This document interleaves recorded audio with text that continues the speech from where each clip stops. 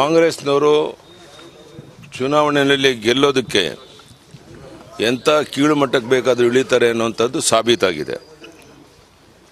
2018ರ ಮೊದಲು ಕಾಂಗ್ರೆಸ್ನವ್ರಿಗೆ ಒಂದೇ ಗುರಿ ಇತ್ತು, ಅದೇನೆಂದರೆ ಬಿಜೆಪಿ ಅಧಿಕಾರಕ್ಕೆ ಬರಬಾರದು ಮತ್ತು BS ಯಡಿಯೂರಪ್ಪ ಅವರನ್ನು ಮುಖ್ಯಮಂತ್ರಿ ಆಗಲು ಬಿಡಬಾರದು.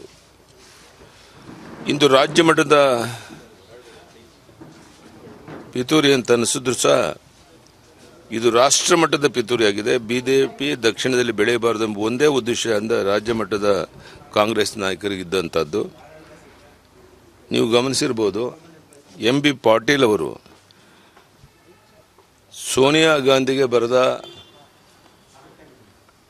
ಪತ್ರದ ಮೊದಲನೇ ಸಾಲೆ ನೀವು ಸಲಹೆ ಕೊಟ್ಟಂತೆ ಎಂದು ಪ್ರಾರಂಭ ಆಗುತ್ತೆ.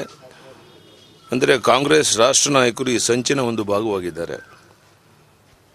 ಒಂದು ರಾಷ್ಟ್ರೀಯ ಪಕ್ಷದ ಅಧ್ಯಕ್ಷರಾಗಿ ದೇಶದ ಅಖಂಡತೆ ಬಗ್ಗೆ ಪುಂಖಾನುಪುಂಖವಾಗಿ ಮಾತನಾಡುವಂಥ ಕಾಂಗ್ರೆಸ್ ನಾಯಕರುಗಳು ಈ ರೀತಿ ಒಂದು ಜನಾಂಗವನ್ನು ಒಡೆದು ಆಳುವ ನೀತಿಗೆ ಕೈ ಹಾಕಿರುವಂಥದ್ದು ಎಂತಹ ದೇಶದ್ರೋಹದ ಅಂತ ನೀವೇ ಊಹಿಸಿ. ಇದು ಎಲ್ಲದಕ್ಕೂ ಮಿಗಿಲಾಗಿ ಕಾಂಗ್ರೆಸ್ ವಿಷಯದಲ್ಲಿ ಬೇರೆ ಧರ್ಮದ ಸಂಸ್ಥೆಗಳ ಸಹಾಯ ಪಡೆಯುವುದು ಎಷ್ಟು ಮಟ್ಟಿಗೆ ಇವರ ರಾಷ್ಟ್ರೀಯತೆ ಇದೆ ಎಂಬುದನ್ನು ಎತ್ತಿ ತೋರಿಸುತ್ತೆ.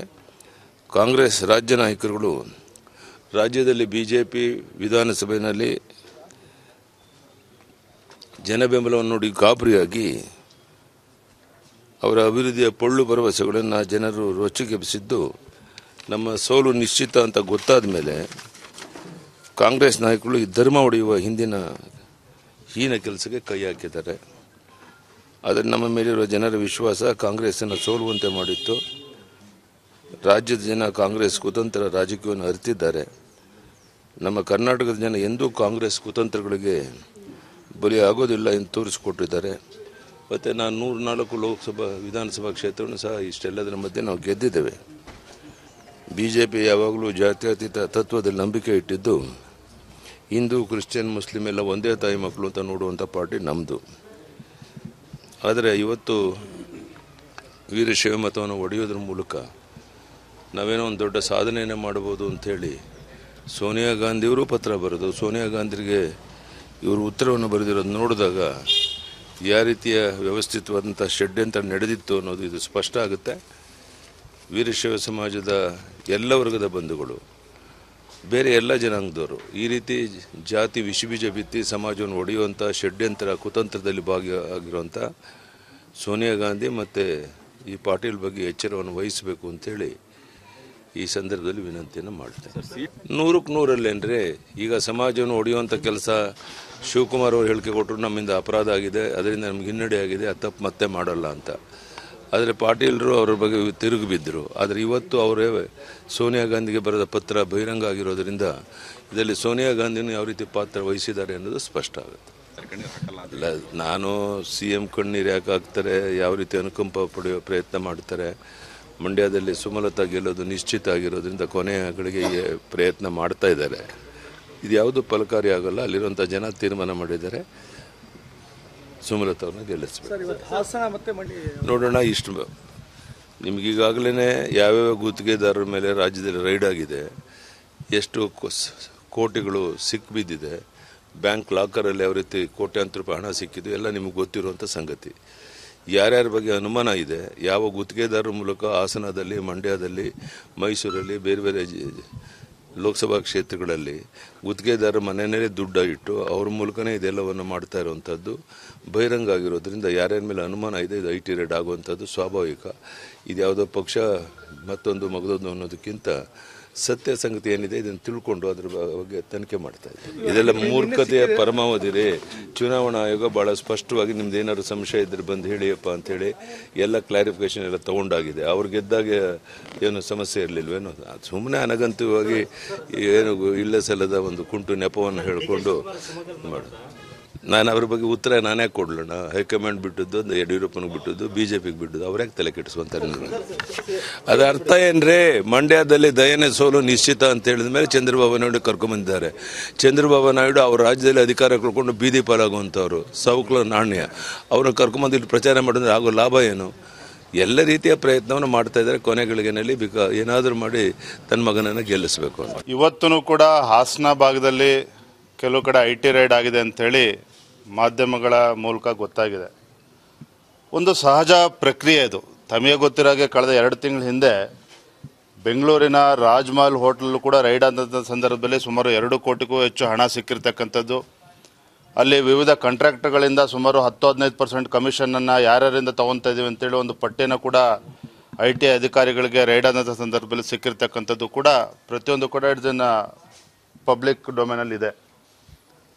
ಚುನಾವಣೆ ಶುರುವಾಗಂಥ ಸಂದರ್ಭದಲ್ಲಿ ಹಾಸನ ಮಂಡ್ಯ ಎಲ್ಲ ಕಡೆ ರೈಡ್ ಆದಾಗ IT ಅಧಿಕಾರಿಗಳು ಬಹಿರಂಗವಾಗಿ ಹೇಳಿರೋ ಹಾಗೆ ಅಲ್ಲೂ ಕೂಡ ಅನೇಕ ಲೆಕ್ಕ ಪುಸ್ತಕಗಳು ಸಿಕ್ಕಂಥ ಸಂದರ್ಭದಲ್ಲಿ ಯಾವ ರೀತಿ JDS ಮತ್ತು ಕಾಂಗ್ರೆಸ್ ಪಕ್ಷ ತಮ್ಮ ಆಡಳಿತವನ್ನು ಅಧಿಕಾರವನ್ನು ದುರುಪಯೋಗ ಪಡಿಸ್ಕೊಂಡು ಕೆಲಸನೇ ಆಗಿಲ್ಲ, ಕಾಮಗಾರಿಗಳೇ ನಡೆದಿಲ್ಲ, ಆದರೂ ಕೂಡ ಹಾಸನ ಮತ್ತು ಮಂಡ್ಯಗಳಿಗೆ ಸಾವಿರಾರು ಕೋಟಿ ಹಣವನ್ನು ರಿಲೀಸ್ ಮಾಡಿ ಆ ರಿಲೀಸ್ ಆಗಿರ್ತಕ್ಕಂಥ ಕಾಂಟ್ರಾಕ್ಟರ್ಗಳು ಅವ್ರನ್ನ ಸಬ್ ಕಾಂಟ್ರಾಕ್ಟ್ಗಳಿಗೆ ಹಣವನ್ನು ವರ್ಗಾವಣೆ ಮಾಡಿ ಆ ಸಬ್ ಕಾಂಟ್ರಾಕ್ಟ ಆತ ಅಕೌಂಟಿಂದ ದುಡ್ಡನ್ನು ಡ್ರಾ ಮಾಡಿರ್ತಕ್ಕಂಥದ್ದು ಎಲ್ಲವೂ ಕೂಡ ಇದು ಬಹಿರಂಗ ಆಗಿರ್ತಕ್ಕಂಥದ್ದು. ಹಾಗಾಗಿ ಚುನಾವಣೆ ಸಂದರ್ಭದಲ್ಲಿ IT ರೈಡ್ ಆಗಿರ್ತಕ್ಕಂಥದ್ದು ಇದನ್ನು ಪದೇ ರಾಜಕೀಯ ಪಿತೂರಿ ಅಂತ ಹೇಳೋದಕ್ಕಿಂತ ಒಂಥರ ಹೇಗಾಗಿದೆ ಅಂದರೆ ಕುಂಬಳಕಾಯಿ ಕಳ್ಳ ಅಂತಂದರೆ ಹೆಗಲು ಮುಟ್ಟು ನೋಡ್ಕೊಳ್ಳೋಂಥ ಪರಿಸ್ಥಿತಿ ಇವತ್ತು ಸನ್ಮಾನ್ಯ ಕುಮಾರಸ್ವಾಮಿ ಅವರಿಗೆ HD ರೇವಣ್ಣ ಅವರಿಗೆ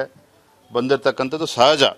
ಇವತ್ತೂ ಕೂಡ ರೇವಣ್ಣ ಅವರ ಸಂಬಂಧಿಕರ ಮನೆಯಲ್ಲೂ ಕೂಡ ರೈಡ್ ಆಗಿದೆ ಅಂತ ಹೇಳಿ ಕೇಳಿದೆ. ಅಂದರೆ ಕಾಂಟ್ರಾಕ್ಟ್ರುಗಳು ಅಥವಾ ಅವ್ರ ಸಂಬಂಧಿಕರುಗಳೇ ಕಾಂಟ್ರಾಕ್ಟ್ಗಿರಿ ಮಾಡ್ಕೊಂಡಿದ್ರೆ ಅಥವಾ ಕಾಂಟ್ರಾಕ್ಟ್ಗಳು JDSಗೆ ಸಂಬಂಧಿಕರಾಗಿದ್ದರೆ ಇಟ್ಸ್ ಎ ಕೋಇನ್ಸಿಡೆನ್ಸ್. ಹಾಗಾಗಿ IT ರೈಡಿಗೆ ಯಾವುದೋ ಒಂದು ಜಾತಿ, ಯಾವುದೋ ಒಂದು ಪಕ್ಷ, ಯಾವುದೋ ಒಂದು ಧರ್ಮ ಆಧಾರದ ಮೇಲೆ IT ರೈಡ್ ಮಾಡ್ತಕ್ಕಂಥದ್ದಲ್ಲ.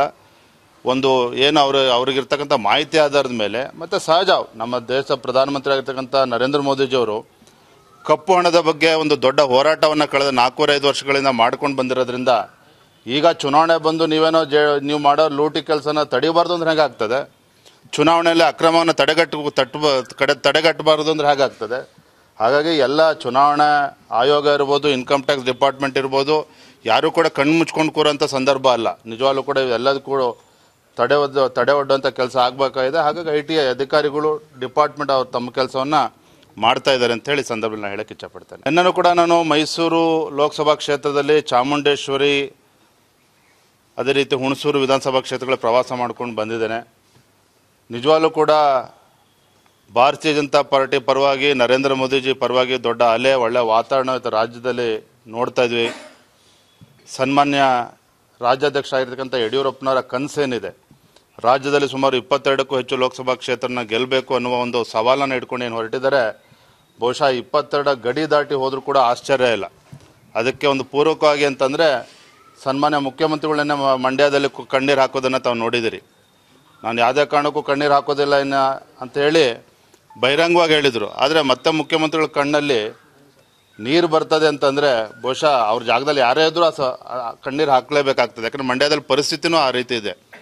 ಇವರು ಎಷ್ಟೇ ಕೋಟಿ ಖರ್ಚು ಮಾಡಿದ್ರು ಕೂಡ ಮಂಡ್ಯ ಜನ ಯಾವುದೇ ಕಾರಣಕ್ಕೂ ಒಂದು ಒಳ್ಳೆ ಸ್ಲೋಗನ್ ಶುರುವಾಗಿದೆ. ಮಂಡ್ಯದಲ್ಲಿ ತಮ್ಮ ಕಿವಿಗೆ ಬಿದ್ದಿರ್ಬೋದು, ಅಣ್ಣನ ನೋಟು ಅಕ್ಕನಿಗೆ ಓಟು ಅಂತಕ್ಕಂಥ ಒಂದು ಸ್ಲೋಗನ್ ಮಂಡ್ಯ ಲೋಕಸಭಾ ಕ್ಷೇತ್ರದಲ್ಲಿ ಶುರುವಾಗಿದೆ. ಹಾಗಾಗಿ ನಿಶ್ಚಿತವಾಗಿ ಅಲ್ಲಿರ್ತಕ್ಕಂಥ ಪ್ರಜ್ಞಾವಂತ ಮತದಾರರು ಕೂಡ ಏನು ಭಾರತೀಯ ಜನತಾ ಪಾರ್ಟಿ ಬೆಂಬಲಿತ ಅಭ್ಯರ್ಥಿ ಆಗಿರ್ತಕ್ಕಂಥ ಸುಮಲತಾ ಅವ್ರನ್ನ ಕೂಡ ಗೆಲ್ಲಿಸೋದ್ರ ಜೊತೆಗೆ ಬಹುಶಃ ಕುಮಾರಸ್ವಾಮಿ ಅವರು ಪರ್ಮನೆಂಟಾಗಿ ಕಣ್ಣೀರು ಹಾಕೊಂಡಿರ್ಬೇಕಾದಂಥ ಸಂದರ್ಭ ಆದರೂ ಆಶ್ಚರ್ಯ ಇಲ್ಲ ಅಂತೇಳಿ ಈ ಸಂದರ್ಭದಲ್ಲಿ ಹೇಳಕ್ಕೆ ಇಷ್ಟಪಡ್ತೇನೆ. ಇಲ್ಲ, ಅದ್ರ ಬಗ್ಗೆ ನಾನು ಯಾವುದೇ ರೀತಿ ಮಾಹಿತಿ ಇಲ್ಲ. ಸುಮಲತಾ ಅವ್ರಿಗೆ ಪ್ರಾಮಾಣಿಕವಾಗಿ ಹೇಳಬೇಕು ಅಂದರೆ ಕೇವಲ ಭಾರತೀಯ ಜನತಾ ಪಾರ್ಟಿ ಅಫಿಷಿಯಲ್ ಆಗಿ ಸುಮಲತಾ ಅವ್ರಿಗೆ ಬೆಂಬಲ ಕೊಟ್ಟಿದೆ. ಆದರೆ ಅನ್ಅಫಿಷಿಯಲಿ ಇವತ್ತು JDS ಮತ್ತು ಕಾಂಗ್ರೆಸ್ ಪಕ್ಷದವರು ಕೂಡ ಸುಮಲತಾ ಅವ್ರನ್ನ ಬೆಂಬಲಿಸೋದನ್ನು ತಾವು ಕೂಡ ಮಾಧ್ಯಮದಲ್ಲಿ ನೋಡ್ತಾ ಇದ್ದೀರಿ. ಹಾಗಾಗಿ ಅತಿ ಹೆಚ್ಚಿನ ಅಂತರದಿಂದ ಸುಮಲತಾ ಅವರು ಜಯಗಳಿಸ್ತಾರೆ ಅನ್ನೋ ವಿಶ್ವಾಸ ಎಲ್ಲ ರಾಜ್ಯದ ಎಲ್ಲರಲ್ಲೂ ಕೂಡ ಅಭಿಪ್ರಾಯ ಇದೆ. ನೋಡಿ, ರಾಜ್ಯದಲ್ಲಿ ಸನ್ಮಾನ್ಯ ಯಡಿಯೂರಪ್ಪನವರು ಕಳೆದ 30-35 ವರ್ಷಗಳಿಂದ ಪಕ್ಷವನ್ನು ಸಂಘಟನೆ ಮಾಡಿಕೊಂಡು ಅಧಿಕಾರ ಇರಲಿ ಇರದೇ ಇರಲಿ ಸತತವಾಗಿ ಬಡವರ ಪರವಾಗಿ, ರೈತರ ಪರವಾಗಿ, ದಲಿತರ ಪರವಾಗಿ ಒಂದು ಧ್ವನಿನ ಎತ್ಕೊಂಡು ಹೋರಾಟನ ಮಾಡ್ಕೊಂಡು ಬಂದಂಥ ಯಡಿಯೂರಪ್ಪನವರು ಬಹುಶಃ ಯಡಿಯೂರಪ್ಪನವ್ರಿಗೂ ವಯಸ್ಸಿಗೂ ಸಂಬಂಧ ಇಲ್ಲ. ಕಳೆದ ವಿಧಾನಸಭಾ ಚುನಾವಣೆಯಲ್ಲೇ ನೋಡಿದ್ರಿ, ಬಹುಶಃ ರಾಜ್ಯವನ್ನು ಸುಮಾರು 2 ಬಾರಿ 3 ಬಾರಿ ಸತತವಾಗಿ ಸುತ್ತಿದ್ರು ಯಡಿಯೂರಪ್ಪನವ್ರು. ಎಲ್ಲೂ ಕೂಡ ಒಂದಿನೂ ಆಯಾಸ ಅಂತೇಳಿ ಮನೇಲಿ ಕೂರಿಲ್ಲ. ಅದೇ ಸಿದ್ದರಾಮಯ್ಯನವ್ರು 2 ಸಲ ಮನೇಲಿ ಕೂತ್ಕೊಂಡ್ರು, ಅದೇ ಕುಮಾರಸ್ವಾಮಿ ಅವ್ರು 2 ಸಲ ಪ್ರೋಗ್ರಾಮ್ ಕ್ಯಾನ್ಸಲ್ ಮಾಡೋರು, ತಾವೇ ಯೋಚನೆ ಮಾಡಿ. ಹಾಗಾಗಿ ಯಡಿಯೂರಪ್ಪನವರು ರಾಜಕೀಯದ ನಿವೃತ್ತಿ ಪ್ರಶ್ನೆನೇ ಅಲ್ಲ. ಅವ್ರು ಇನ್ನೂ ಕೂಡ 10-15 ವರ್ಷಗಳ ಕಾಲ ಇನ್ನೂ ಹೆಚ್ಚು ಸಕ್ರಿಯವಾಗಿ ರಾಜಕಾರಣ ಮಾಡುತ್ತಾರೆ, ರಾಜಕೀಯದಲ್ಲಿ ಇರ್ತಾರೆ. ಅದ್ರ ಬಗ್ಗೆ ಏನು ಅನುಮಾನ ಬೇಡ.